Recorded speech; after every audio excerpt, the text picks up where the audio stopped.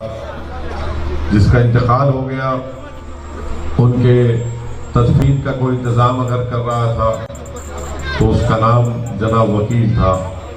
ऐसे पूरे वक्त में लॉकडाउन में जनाब वकील साहब आपके दरमियान में थे और मजलिस इत्तेहादुल मुस्लिमीन भी सिर्फ 5 साल पहले असम्बली का इलेक्शन लड़कर दोबारा वानी अम्बाड़ी को नहीं आई। अल्हम्दुलिल्लाह मैं कई मरतबा 5 साल में वानी अम्बाड़ी को आया हूँ, आपके दरमियान में रहा हूँ और CAA का एक अज़ीमुश्शान जलसा यहाँ पर हुआ था जिसमें मुझे आने का मौका मिला। इसीलिए मैं आपसे अपील कर रहा हूँ कि अपने वोट का सही इस्तेमाल करिए और मुत्तहदा तौर पर जनाब वकील साहब को अपने वोट देकर कामयाब करिए। लोग मजलिस के ऊपर इल्ज़ाम लगा रहे हैं, लोग कैप्टन विजयकांत पर, TT दिनाकरन साहब पर इल्ज़ाम लगा रहे हैं कि हम लोग बी टीम है। मैं पूछना चाहना चाहता हूँ कि आप खुद बताइए, जो लोग हम पर बी टीम का इल्ज़ाम लगा रहे हैं, क्या जब अटल बिहारी वाजपेयी जब इस मुल्क के प्राइम मिनिस्टर थे तो क्या DMK अटल बिहारी वाजपेयी की BJP गवर्नमेंट को सपोर्ट नहीं कर रही थी? आज आप हम पर इल्ज़ाम लगा रहे हैं बी टीम का, तो बताइए आज वकील पर और मजलिस पर, कैप्टन विजयकांत पर, TT दिनाकरन साहब पर ये एलिगेशन लगाते हैं कि आप बी टीम है। मैं पूछना चाह रहा हूं DMK की लीडरशिप से, क्या ये बात सच नहीं है कि कांग्रेस पार्टी DMK अलायंस में है? क्या कांग्रेस पार्टी महाराष्ट्र में शिवसेना की ताईद नहीं कर रही है? क्या शिवसेना सेकुलर पार्टी है? क्या श्री कृष्णा कमीशन की रिपोर्ट में 93 के जो कम्युनल राइट्स मुंबई में हुए, कि जस्टिस श्री कृष्णा कमीशन की रिपोर्ट में नहीं लिखा गया कि शिवसेना के उस वक्त के लीडर बाल ठाकरे एक जनरल की तरह कम्युनल राइट्स को करवा रहे थे? आज कांग्रेस पार्टी महाराष्ट्र में शिवसेना की सपोर्ट करती है, तो क्या वो सेकुलरिज्म है या कम्युनलिज्म है? जो लोग मजलिस पर बी टीम का इल्जाम लगाते हैं, मैं DMK के लीडरशिप से पूछना चाहता हूं, जनाब स्टालिन साहब से, क्या ये बात सच नहीं है कि महाराष्ट्र की असेंबली में महाराष्ट्र के चीफ मिनिस्टर उद्धव ठाकरे ने खड़े होकर कहा था 1 महीना पहले कि हमको फख्र है कि हमने बाबरी मस्जिद को शहीद किया? I want to know from mister Stalin that Congress party is supporting in Maharashtra Shiv Sena. Is Shiv Sena secular और communal party? Congress party support has ensured that Shiv Sena forms a government and have their chief minister, their first chief minister, the second chief minister over there. The chief minister Uddhav Thackeray stands up in the assembly and says that we are proud of our role in the demolition of Babri Masjid. Is this secularism? हम पर इल्जाम लगाने वाले जवाब दें कि जुलाई 2019 में जब अमित शाह और मोदी ने अनलॉफुल एक्टिविटीज प्रिवेंशन एक्ट का बिल लेकर आए, तो क्या कांग्रेस पार्टी ने मोदी की सपोर्ट नहीं की अनलॉफुल एक्टिविटीज प्रिवेंशन एक्ट के बिल में? क्या राज्यसभा में BJP का साथ नहीं दिया कांग्रेस पार्टी ने? क्या अनलॉफुल एक्टिविटीज प्रिवेंशन एक्ट के अमेंडमेंट में, तरमीम में कांग्रेस पार्टी ने जो साथ किया, जिसकी बिना पर आज दिल्ली में, महाराष्ट्र में कई लोग जेल में अपनी जिंदगी गुजार रहे हैं, नौजवान बच्चे जेल में हैं, ज़ईफ लोग जेल में हैं, और आज कांग्रेस पार्टी और DMK हम पर इल्जाम लगाती है बी टीम का। कभी आप अपने गिरेबान में झांक कर देखें कि कितनी गंदगी आपके गिरेबान में है। बजाय मजलिस पर उंगली उठाने के आप मेरे इन सवालात का जवाब दीजिए।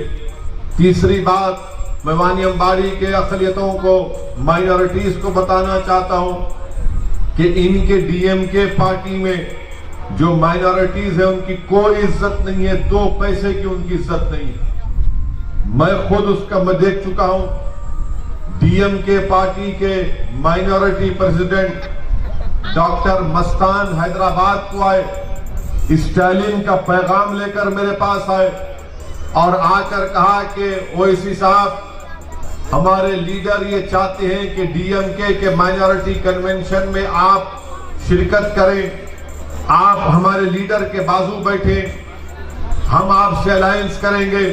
मैंने उनसे पूछा कि सर, मैं तो आपके पास नहीं गया, आप मेरे पास आए। तो बोले हाँ, हम आपके पास आए, मेरा उत्तर प्रदेश का प्रोग्राम था, इन्होंने कैंसिल करवाया और तमिलनाडु जब चेन्नई पहुंचे अपने ही टीवी चैनल पर पूरा दिखाया और उसके 2 घंटे के बाद कह दिया कि मैं असदुद्दीन ओवैसी से मिला ही नहीं, ना कोई बातचीत हुई। डीएमके में जितनी माइनॉरिटी लीडरशिप है वो जीरो है, उनमें कोई दमखम नहीं है, उनकी पार्टी में उनकी कोई इज्जत नहीं है। मुझे गम नहीं है कि मेरा अलायंस डीएमके से नहीं हुआ, मुझे कोई गम नहीं है कि हम अलायंस में नहीं गए। मुझे अफसोस और गम इस बात का है कि जो लोग डीएमके के लिए मेहनत करते हैं, अपना खून पसीना बहाते हैं, आप जिस पार्टी में सब चीज कर रहे हैं उस पार्टी में आपकी कोई इज्जत नहीं है। मैं डॉक्टर मस्तान से कहना चाहता हूं, मस्तान साहब, मैं वानियमबाड़ी में खड़े होकर और तमिलनाडु के हर जलसे में ये बात बोलूंगा, आपको चैलेंज कर रहा हूं, मेरी एक एक बात में सच्चाई है, अगर नहीं है तो आप प्रेस कॉन्फ्रेंस लेकर बताओ। जब उनके माइनॉरिटी प्रेसिडेंट की कोई इज्जत वैल्यू नहीं है, किस बुनियाद पर आप वोट देंगे डीएमके को 6 अप्रैल के दिन?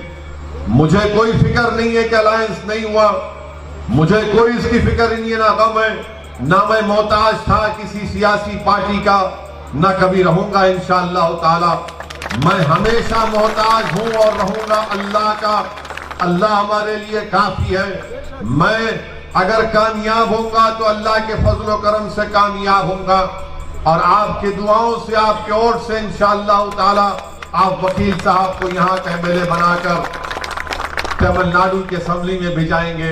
इनकी पार्टी में इनकी इज्जत नहीं है और आज आप आकर हमको बी टीम का पर इल्जाम लगाते हैं।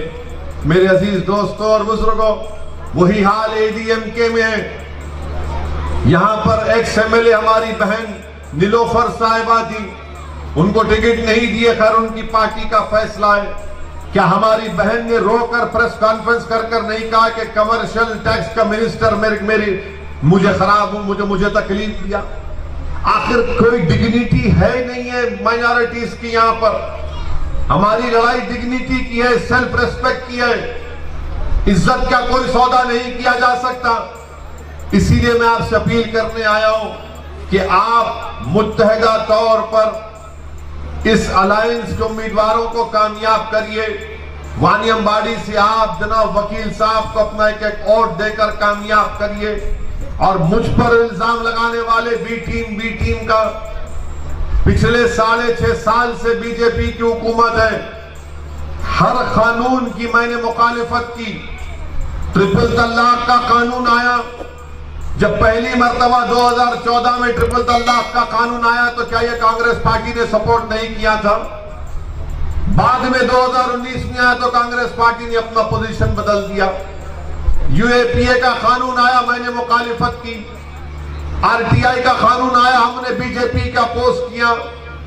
CAA का कानून आया तो सारी दुनिया ने देखा कि मजलिस इत्तेहादुल मुस्लिमीन ने नरेंद्र मोदी और एनडीए के 300 से ज्यादा एमपीज के सामने मैंने खड़े होकर ये कहा कि CAA का कानून भारत के कॉन्स्टिट्यूशन के खिलाफ है, वो कॉन्स्टिट्यूशन जिसको बाबा साहेब अम्बेडकर ने बनाया उसके खिलाफ है, और मैंने बीजेपी के 300 एमपीज के सामने उस कानून को फाड़ कर कहा ये काला कानून है, उसको नहीं मानते। आप बताइए कि हर चीज में हम बीजेपी की मुखालिफत करते हैं तो आखिर इनको गुस्सा क्या है? इनको गुस्सा यह है कि मजलिस इत्तेहादुल मुस्लिमीन कैसे इलेक्शन लड़ती है, मजलिस क्यों हमारे सामने खड़े होती है। ये चाहते हैं कि हम इलेक्शन ना लड़े, बल्कि मजलिस के खिलाफ इल्जाम लगाकर पैगाम आपको दे रहे हैं कि तुम कभी हमारे खिलाफ नहीं लड़ना, तुम्हारा काम हमारी गुलामी है, तुम्हारा काम यह है कि तुम अपनी आंखों को नीचे रखकर जैसा हुक्म दे तुम उस तरह से अपनी जिंदगी गुजारो। मैं आपसे कह रहा हूं मेरे अजीज दोस्तों, यहां से हम इलेक्शन लड़ रहे हैं, यहां से मैं हमारा कैंडिडेट वकील है। ये लड़ाई यकीनन हमारी पार्टी की, हमारे उम्मीदवार की है। यकीनन ये लड़ाई हमारी पार्टी की, हमारे अलायंस की लड़ाई है। मगर याद रखिए, ये लड़ाई मुस्तकबिल की लड़ाई है। मुस्तकबिल की लड़ाई इसलिए कि कोई जिंदगी का भरोसा नहीं, कल आज मैं हूं कल नहीं रहूंगा। मगर मेरी कोशिश ये कि मेरी इस दुनिया से चले जाने के बाद भी आपकी आवाज, आपकी सियासी ताकत बरकरार रहे। और उस काम के लिए आपसे अपील करने आया हूं कि 6 तारीख के दिन आप अपना एक वोट जनाब वकील साहब के अपने इस्तेमाल करें। याद रखिए, बगैर पॉलिटिकल आवाज के, बगैर पॉलिटिकल लीडरशिप के आपको कोई नहीं पूछने वाला है। आपसे मैं अपील कर रहा हूं कि डर की बुनियाद पर नहीं, डर की बुनियाद पर वकील को वोट मत दीजिए, किसी पार्टी को वोट मत दीजिए। उम्मीद की बुनियाद पर पूरे पुरुम्मीद होकर आप अपना एक वोट जनाब वकील साहब को दीजिए। हमारी लड़ाई हिस्सेदारी की लड़ाई है, हमारी लड़ाई हमारी डिग्निटी की लड़ाई है, हमारे रेस्पेक्ट की लड़ाई है। इस पर कोई किस्म से कॉम्प्रोमाइज नहीं किया जा सकता। मेरे अजीज दोस्तों और बुजुर्गों, ये एडीएमके पार्टी है, बीजेपी के साथ है। आपके चीफ मिनिस्टर नरेंद्र मोदी के गोद में बैठकर चाय पीते हैं और तमिल आवाम के जज्बात की बात करते हैं। मैं नरेंद्र मोदी गवर्नमेंट को कंडेम करता हूं। I criticise and condemn the decision taken by Narendra Modi government in abstaining from the UNHRC resolution. They should have completely supported that resolution which was moved against the Sri Lankan government which committed atrocities on Sri Lankan Tamils. ये नरेंद्र मोदी की हुकूमत ने आज resolution में abstain हो गए। क्यों abstain हुए? इसलिए एब्सटेन हुए कि ईस्टर्न टर्मिनल का कॉन्ट्रैक्ट नरेंद्र मोदी के चाहने वाले को मिल रहा है। आज आप बताइए, बड़ी बड़ी तमिल आवाम से हमदर्दी की बातें हमारे देश के प्राइम मिनिस्टर करते हैं, मगर जहां पर हमदर्दी दिखाने का वक्त आया वहां पर नरेंद्र मोदी एब्सटेन हो गए। मेरे अजीज दोस्तों और बुजुर्गों, हर महाज पर बीजेपी एडीएमके की गवर्नमेंट नाकाम साबित हो रही है। आप जब 6 तारीख को वोट डालने जाएंगे तो मेरी आपसे गुजारिश है कि अपने गैस के सिलेंडर को देखिए, उसकी कीमत कितनी बढ़ चुकी है। पेट्रोल 100 रुपये हो चुका है, डीजल करीब 90 रुपये हो चुका है। और नरेंद्र मोदी कह रहे हैं कि सबका साथ, सबका विकास, सबका विश्वास। कोई देश में कोई पॉलिसी नहीं है, महंगाई बढ़ते जा रही है, बीजेपी के पास कोई प्रोग्राम नहीं है। एडीएमके और बीजेपी मिलकर तमिलनाडु में हिंदुत्व को प्रमोट करना चाहती है। और अगर कोई बीजेपी को, एडीएमके को सही पॉलिटिकल तरीके से कोई उनका मुकाबला कर सकता है तो वो दिनाकरन की अलायंस और उसकी तमाम पार्टीज कर सकते हैं। आज तमिलनाडु की सियासत में कभी 2 ही पॉलिटिकल पार्टी थे, आज पहली मर्तबा एक तीसरा पॉलिटिकल फॉर्मेशन आया है। मेरी आपसे गुजारिश है कि आप इस पॉलिटिकल फॉर्मेशन का साथ कीजिए, आप आगे बढ़िए, बेखौफ होकर अपने वोट का इस्तेमाल करिए। अरे जो हमको बी टीम की बात कर रहे, क्या पार्लियामेंट इलेक्शन में हम किसका सपोर्ट कर रहे थे? बाई इलेक्शन हुआ था, किसका सपोर्ट कर रहे थे? जब हम अच्छे थे, दूध के धुले हुए थे। जब तुम्हारे मुंह में गुलाब जामुन पड़ गया तो बुरे हो गए। ये क्या बात है?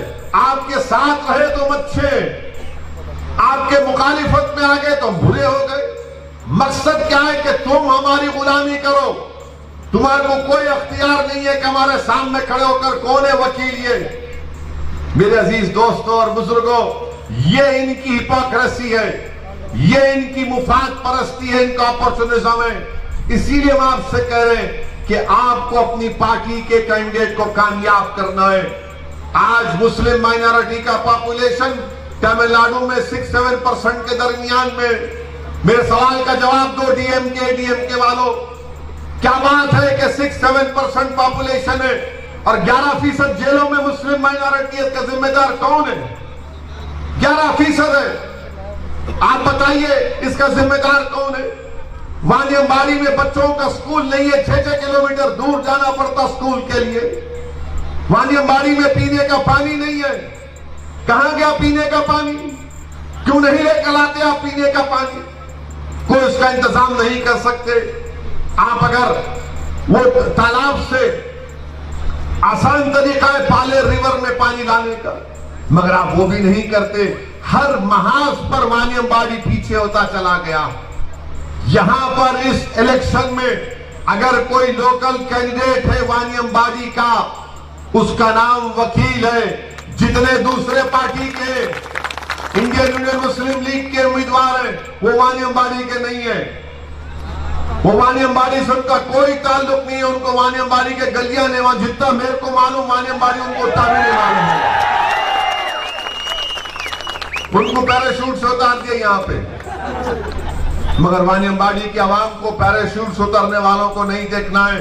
जो जमीन पर आपका बच्चा है, आपका बेटा है, आपका भाई है, उसको आपको कामयाब करना है। हमको बताना ये दोनों पार्टियों को, डीएमके को, ये लोग ये समझते कि खाली म्यूजिकल चेयर है, 5 साल तू बैठ, 5 साल मैं बैठता हूं, 5 years you sit, 5 years I will sit। पर नहीं बैठने वाले, कुर्सी हम खींचेंगे, दोनों को नीचे गिराएंगे। अगर आप मुत्तहिद हो जाएंगे तो यकीन मानिए तमिलनाडु की पॉलिटिक्स में एक अर्थक्वेक आ जाएगा इंशाअल्लाह। तमिलनाडु की पॉलिटिक्स में एक अर्थक्वेक आ जाएगा, जलजला आ जाएगा, बशर्ते कि हम तमाम मुत्तहिद होकर, हमारे कैप्टन विजयकांत के तमाम चाहने वाले, टीटी दिनाकरन के चाहने वाले, जितनी अलायंस पार्टी सब एक होकर, यूनाइट होकर यहां से वकील साहब को आप कामयाब करेंगे तो तमिलनाडु की पॉलिटिक्स में एक जलजला आ जाएगा, अर्थक्वेक आ जाएगा। और मुझे यकीन है कि इंशाअल्लाह ताला वो दिन आने वाला है। गुरूर और तकब्बुर करने वालों के दिन ज्यादा नहीं चलने वाले हैं। गुरूर और तकब्बुर के भरोसे पर जीने वालों के ज्यादा दिन खत्म होने वाले ज्यादा दिन नहीं चल सकते। इनको गुरूर और तकब्बुर है कि कोई नहीं हमारे सिवा। डराते हमको कि तुम हमको छोड़कर कहां जाओगे, हमको छोड़कर किसको वोट दोगे। कल तक डराते थे आपको, आज आपके दरमियान नसरुद्दीन ओवैसी आकर आपसे भीख मांग रहा है आपके इत्तेहाद की, आप मुत्तहिद होकर अपने वोट का इस्तेमाल करिए। कल तक डराते थे कि कोई आपके पास पॉलिटिकल अल्टरनेटिव नहीं है, आज आपके पास एक क्रेडिबल पॉलिटिकल अल्टरनेटिव है। आपके पास दिनाकरन का चेहरा है, कैप्टन विजयकांत का चेहरा है, दूसरे पार्टीज आपके सामने। मेरी आपसे दरमंदाना अपील है कि अपने वोट का सही इस्तेमाल करिए। और यहां से 6 तारीख को आपके वानियम्बाड़ी का बच्चा है, ये आपका बेटा है, ये सन ऑफ द साइल है, हमारा कैंडिडेट जनाब वकील साहब एक नौजवान है। आप इसको कामयाब करिए ताकि जब वो तमिलनाडु की असेंबली में जाएगा, जिस किसी का चीफ मिनिस्टर होगा वो उसकी आंख में आंख डालकर वानियम्बाड़ी के जस्टिस का मुतालबा करेगा, वानियम्बाड़ी की लड़ाई लड़ेगा, वानियम्बाड़ी के गरीबों की आवाज बनेगा। वो ये नहीं देखेगा कि कौन किस मजहब का है, कौन किस जात का है, वो वानियम्बाड़ी की आवाज बनेगा और आपके मसाइल को हल कराएगा। मैं आपसे फिर से अपील कर रहा हूं कि अपने वोट का इस्तेमाल करिए। इंडियन यूनियन मुस्लिम लीग के ताल्लुक से लोग मुझे बोलते हैं यहाँ पे मुस्लिम लीग का कैंडिडेट है। हाँ, मेरा पोजीशन ये है कि मैंने हमेशा कहा और आपसे वादा कर रहा हूं कि केरला में मैं कभी मजलिस इत्तेहादुल मुस्लिमीन को लेकर नहीं गया, ना कभी लेकर जाऊंगा इंशाअल्लाह ताला। हमको केरला नहीं जाना है। मैंने कहा कि आसाम में नहीं जाकर मजलिस को इलेक्शन लड़ूंगा। आसाम में बदरुद्दीन अजमल साहब वहां पर अपनी पार्टी को चला रहे हैं। मैं तो अल्लाह से दुआ भी करता हूं कि अल्लाह उनकी रियासत में उनको कामयाब कर दे। मगर यहां पर क्या मुस्लिम लीग में, आप बताओ, मैं मुस्लिम लीग के लोगों से तनकीद नहीं कर रहा हूं, मैं उनसे पूछ रहा हूं कहां है आपके पास बनात वाला, कहां है आपके पास सुलेमान शेख, कहां ये लोग बताओ आपके पास, कहां चले गए ये लोग? वो बनात वाला जिसकी तकरीर से पूरी पार्लियामेंट हिल जाती थी, वो सुलेमान शेख जिसके दलाल पर कोर्ट को मानना पड़ता था, कहां गए लोग?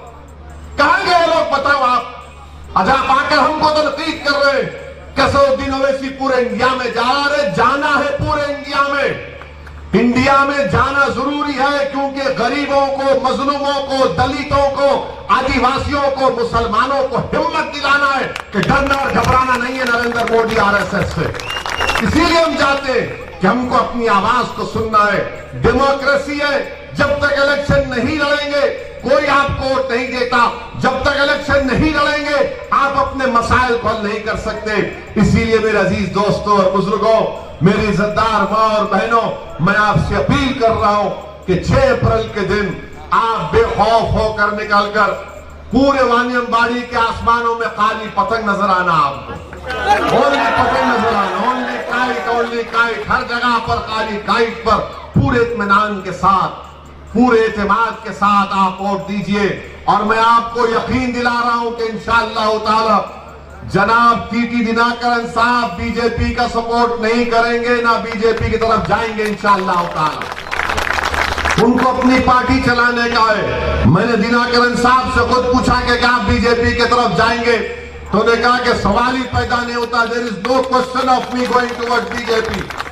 अब दिनाकरन साहब कैसे जा सकते? कैप्टन हमारे पास है, कैप्टन विजयकांत हमारे पास है। एक कैप्टन पकड़ लेंगे, कसौदीन यूनिवर्सिटी पकड़ लेंगे, दिनाकरन साहब कहां जाएंगे इंशाअल्लाह। दिनाकरन साहब को अपनी पार्टी चलाने का है और उन्होंने इलेक्शन मैनिफेस्टो जारी किया। आप बताइए क्या डीएमके ने क्या कहा इलेक्शन मैनिफेस्टो? आप पढ़िए, आपको पेज नंबर बोलता हूं, पेज नंबर 9 में लिखा गया कि वानियमबाड़ी में यहां पर बहुत फॉरेन एक्सचेंज आता है, यहां के इंडस्ट्रीज से, यहां पर रोड बनाई जाएंगी, पावर सप्लाई अनइंटरप्टेड होगा, पीने का पानी का इंतजाम होगा, हेल्थ फैसिलिटीज होंगे, गेस्ट हाउस बनाया जाएगा। ये वादा है हमारा आपसे इंशाअल्लाह ताला वानियमबाड़ी की आवाम के लिए। हमने वादा किया कि वो जो 40 मुसलमान जो लाइफ कॉन्विक्ट जेलों में सड़ रहे हैं, जिसको तमिलनाडु के चीफ मिनिस्टर ने एनजीआर के सेंटेनरी 100 साला सेलिब्रेशन में उन्होंने सबको छोड़ा, ये 41 मुस्लिम को नहीं, प्रिजनर्स को नहीं छोड़ा। हम वादा कर रहे हैं कि उनको छुड़ाया जाएगा। एएमके ने वादा किया कि मुसलमानों को 5% रिजर्वेशन होगा। बताइए क्यों नहीं मिलना चाहिए? सब चीजें कही गई है। अब डीएमके क्या कहती है मालूम आपको? डीएमके कहती है अपने मैनिफेस्टो में कि अगर आप पूरे देश के मंदिरों में जाएंगे तो पैसे देंगे आपको। ये पेरियार की सरजमीन है, अन्नादुराई की सरजमीन है, क्या हो रहा है यहां पर? इस पर कोई जवाब नहीं देते। मैं जब सवाल करता हूं, मेरी आपसे अपील है कि पूरे मुतमईन होकर एतमाद के साथ आप जनाब वकील साहब के हक में अपना वोट दीजिए। अपनी आवाज को तमिलनाडु के असेंबली में भिजाइए, अपने बेटे को तमिलनाडु के असेंबली में भिजाइए। वानियमबाड़ी से वानियमबाड़ी का इस शख्स तमिलनाडु के असेंबली में जाना चाहिए। एडीएमके को आपने 5 साल मौका दिया, उन्होंने कुछ नहीं किया। अब आप अपील कर